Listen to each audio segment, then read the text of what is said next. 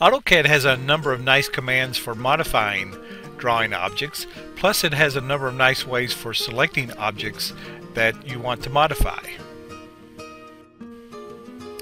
You can notice in the ribbon in the Modify panel a number of the Modify commands, plus if you click on the little down arrow to the right of the word Modify in the Modify panel, you can see some other Modify commands. Let's first take a look at the Move command. You can first select the Move command, and whenever you select most Modify commands, you'll get what's called a pick box. The pick box allows you to pick on an object that you wish to modify. However, you can also select a number of objects at the same time without having to click each one individually using a number of different options. One way of selecting multiple objects to be modified at once is by using the Window option. You can press W to access the Window option, or you can just click in a space to the left of the objects you wish to modify. So in this case I want to move this circle and this pentagon. So I'm going to click somewhere above the circle and to the left, making sure I'm to the furthest leftmost point of the pentagon also. Now after I click that first point, AutoCAD goes into what's called the window selection mode. So if I just drag this window around the polygon and the circle, it will select those two objects. Notice if I come on out and also cover a bit of this rectangle and this line that I have drawn, because I'm not completely surrounding them with this window, they will not be selected. So let's go ahead and click this second point and see what happens. So you see only the circle and the pentagon are selected. That is, once they're selected, you see them as appear as a dotted object. So once we have the object selected that we want to move, we're going to hit Enter, and then AutoCAD will ask for a base point. That is, some point of reference from which to move these two objects from. I'm just going to click on the top of the pentagon, but you could pick virtually anywhere. And then as you drag your mouse, you'll see the objects being moved as you drag.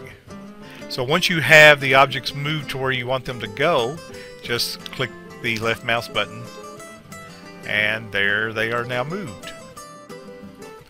Okay, so let's use the Move command again, and I'm going to move both the circle and the pentagon, but also the two rectangles. And this time I'm going to click a point to the right of what I want to move, except I'm not going to get all the way to the right of this rectangle. And by starting at the right and dragging to the left, I get what's called a crossing box instead of a window. Notice when we drag, or if we start from the left and drag to the right, we get a solid window box, but if we start at the right and drag to the left, we get a dotted crossing box. So everything this crossing box touches will be selected to be modified, in this case using the Move command. So again, once I've selected them, they become highlighted. I click a Move base point and then a second point where I want these things to be moved to. Another way of selecting objects with many of the Modify commands is using the Fence option. So now, instead of clicking a point, I'm going to first enter F for fence, and now it will allow me to draw what's called a fence. And anything this fence touches will be selected for modification.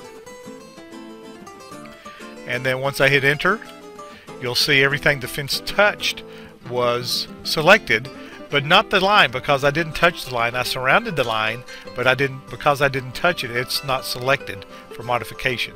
And again, once everything's selected for, in this case, the Move command, you can select or hit enter, then select the first point, and then select the second point to move these objects.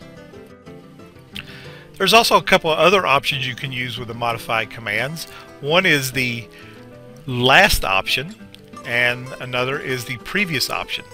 So in this case, for this example, I'm going to draw another circle, or make this a very small circle. But let's say I want to move that last thing I drew, that little circle. So now when I use the move command, I can hit L for last, and AutoCAD will automatically select the last thing I drew, in this case the little circle. So once it's selected, I can move it. Also, let's say we want to move something, and we've selected things to move, and we've moved them, and they're not quite where we wanted them to be, and we want to move them again. So instead of selecting them all again, we can use the previous option by inputting a P, and it will select the previous set of objects that we modified. In this case, we've modified with the move command. Now let's take a look at the copy command. The copy command works a lot like the move command. You select objects to copy, and you click a base point just like you were going to move them. And then when you click a second point, the object is copied instead of being moved. You retain the original plus have a new copy. Plus you can keep making copies as long as you want, just by continuing to click to place the duplicate objects wherever you want them to be. When you're done copying, hit enter, and that will complete the copy command. Next, let's look at the rotate command.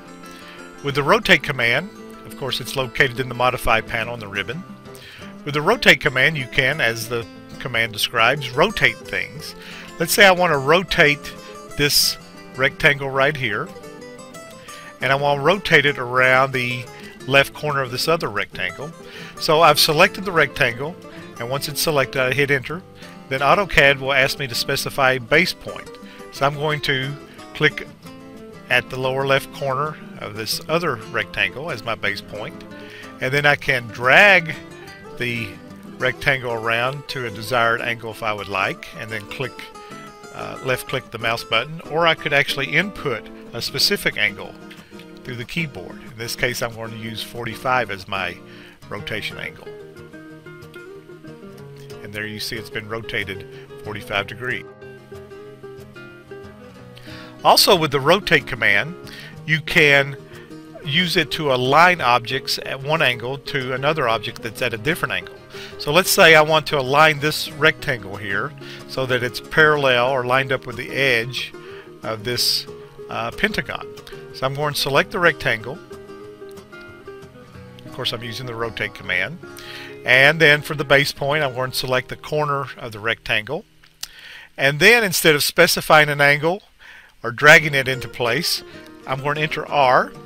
And then for the reference angle that it's asking me for, I'm going to click one end of the rectangle again, which was my base point, and then I'm going to click the other end of this edge of this rectangle. And then AutoCAD's going to ask me for the new angle, so I'm just going to drag and click on the adjacent edge of this pentagon.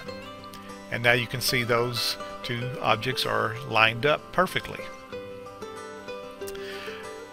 The mirror command will allow you to copy and flip something at the same time. Let's check it out. It's up in the modify panel. And again, I'm going to select all these things to be mirrored. And once you have things selected, AutoCAD is going to ask you for a first point of the mirror line. In this example, I'm going to click right on the edge, this right edge of this line, this vertical line, to construct my mirror line. And then AutoCAD will ask, do you want to erase the original objects or the source objects? In this case, I'm going to say no. But let's say I did want to erase the old objects. Let me undo this. And let's try the mirror command again. So I'm selecting the objects, hitting enter, picking the 2 points of my mirror line. And then this time I'm going to say yes to delete the other objects. And you can see it just flips what I had selected. When you use the mirror command, you don't have to necessarily select on an edge. You can leave a gap if you know that you need a 1-inch gap in between what you're mirroring and the new object. You can leave or come over a 1/2 inch and draw your mirror line. So there'll be a 1/2 inch on the right and a 1/2 inch on the left of the mirror line, which will give me a total of a 1-inch gap between the to objects, like so. At this point, go ahead and draw a few things and experiment with the move, the rotate, the copy, and the mirror commands. And also experiment with selecting objects to be modified with those commands using the various options such as the window, the crossing, and the fence.